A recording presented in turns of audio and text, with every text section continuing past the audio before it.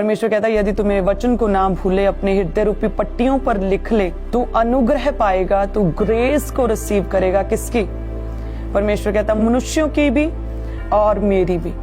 एस्तर कहते हैं कोई भी उसकी शाही खानदान में कोई जान पहचान नहीं थी किसी व्यक्ति के साथ, एक आम साधारण घर की लड़की, लेकिन क्योंकि कहते कि उसकी परवरिश, उसकी अपब्रिंगिंग क्रिश्चियनिटी के अकॉर्डिंग, परमेश्वर के वर्ड ऑफ गॉड के अकॉर्डिंग, जैसे प्रभु के दास में बताते हैं कि किस तरह से उन्हें वचन के अकॉर्डिंग, उन्हें पाप से, सिन से अलग करके उन्हें परमेश्वर में बड़ा किया जाता था। इस तरह से एस्तर की अपब्रिंगिंग, इस तरह से परवरिश एस्तर की हुई थी। परमेश्वर के वचन की वैल्यूज उसके जीवन में, जो उसका चचेरा भाई उसकी इज्जत करती थी, उसकी बात मानती थी। लाइफ में उसके जब कुंवारी थी कोई भी सिन नहीं था उसके जीवन में, वो किसी भी तरह का कोई लालच उसके जीवन में नहीं था।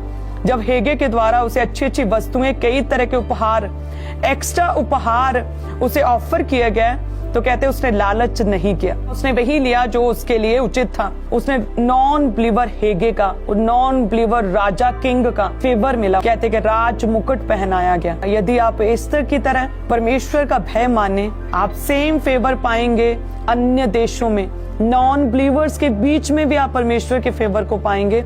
और साथ में सबसे बड़ा फेवर जो परमेश्वर का है, जो अनुग्रह खुदा का, वो भी आप ग्रहण करेंगे अपने जीवन में।